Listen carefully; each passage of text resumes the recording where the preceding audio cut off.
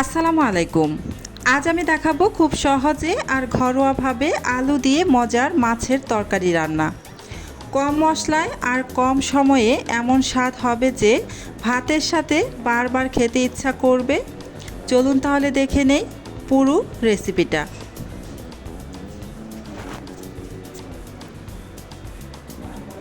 প্রথমে আমি এখানে মাছ ভেজে নিচ্ছি। মাছগুলোকে আমি সামান্য একটু লবণ, হলুদ আর মরিচের গুঁড়া মাখিয়ে নিয়ে তারপর সরিষার তেলে মাছগুলোকে ভেজে নিলাম। মাছ ভাজা হয়ে গিয়েছে তাই আমি উঠিয়ে নিয়েছি। এবার এই তেলের মধ্যে আরও কিছুটা সরিষার তেল দিয়ে দিচ্ছি। তেলটা গরম হওয়া পর্যন্ত অপেক্ষা করব। এবার এখানে দিয়ে দিচ্ছি পেঁয়াজ বাটা প্রায় 3 টেবিল চামচ পরিমাণ, আর দিয়ে দিলাম পাকা টমেটো বেশ বড় সাইজের 2টি, ছোট ছোট কিউব করে কেটে নেওয়া। এবার টমেটো আর পেঁয়াজ বাটা নাড়াচাড়া করে কিছুক্ষণ ভেজে নেব। কিছুক্ষণ ভাজার পর এখানে দিয়ে দিচ্ছি স্বাদ অনুযায়ী লবণ। লবণটা দেওয়ার পর আবারও নাড়াচাড়া করে একটু মিশিয়ে নেব। লবণটা এ পর্যায়ে দিয়ে দিলে টমেটোটা খুব দ্রুত সফট হয়ে যাবে। কিছুক্ষণ আবারও ভাজার পর দিয়ে দিচ্ছি আদা রসুনের পেস্ট, এখানে প্রায় হাফ চা চামচের মতো, দুটো মিলিয়ে। আদা রসুনের পেস্ট দেওয়ার পর আবারও নাড়াচাড়া করে কিছুক্ষণ ভেজে নিচ্ছি যেন আদা রসুন থেকে যে কাঁচা গন্ধটা আছে সেটা চলে যায়। আরও বেশ কিছুক্ষণ সময় ধরে আমি ভাজা করে নিয়েছি। এবার এখানে দিয়ে দিচ্ছি সিদ্ধ করে নেওয়া আলু। এখানে মিডিয়াম সাইজের 4টি আলু সিদ্ধ করে খোসা ছাড়িয়ে এই যে এভাবে ভেঙে নিয়েছি।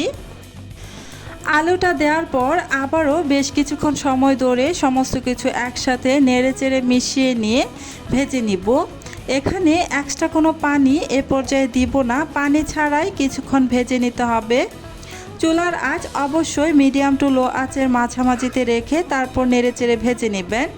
আমি বেশ কিছুক্ষণ সময় ধরে ভেজে নিয়ে তারপর এখানে হাফ চা চামচ মরিচের গুঁড়া আর 1 চা চামচের 3 ভাগের 1 ভাগ হলুদের গুঁড়া আর জিরার গুঁড়া দিয়ে দিলাম।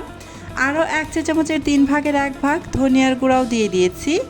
এবার আবারও নাড়াচাড়া করে মিশিয়ে নিয়ে আরও কিছুক্ষণ ভেজে নেব। চুলার আঁচ মিডিয়াম টু লো আঁচের মাঝামাঝিতেই থাকবে, কোনোভাবেই চুলার আঁচ বাড়িয়ে দেওয়া যাবে না, যেহেতু এখানে এক্সট্রা কোনো পানি ব্যবহার করিনি। চুলার আঁচ বাড়িয়ে দিলে মশলাটা পুড়ে যেতে পারে। আমি একটু পরপরই নাড়াচাড়া করে ভেজে নিচ্ছি। এভাবে মশলাটা ভেজে নিলে রান্নার টেস্টটা অনেক ভালো আসে।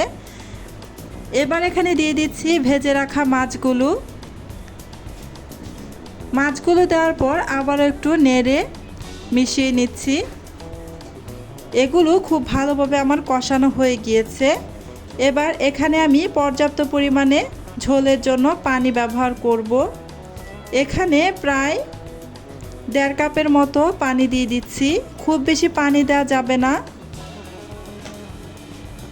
খুব বেশি পানি দিলে খেতে কিন্তু বেশি ভালো লাগবে না। আমি প্রায় 1.5 কাপের মতো পানি দিয়ে তারপর এই যে নেড়ে একটু মিশিয়ে নিলাম।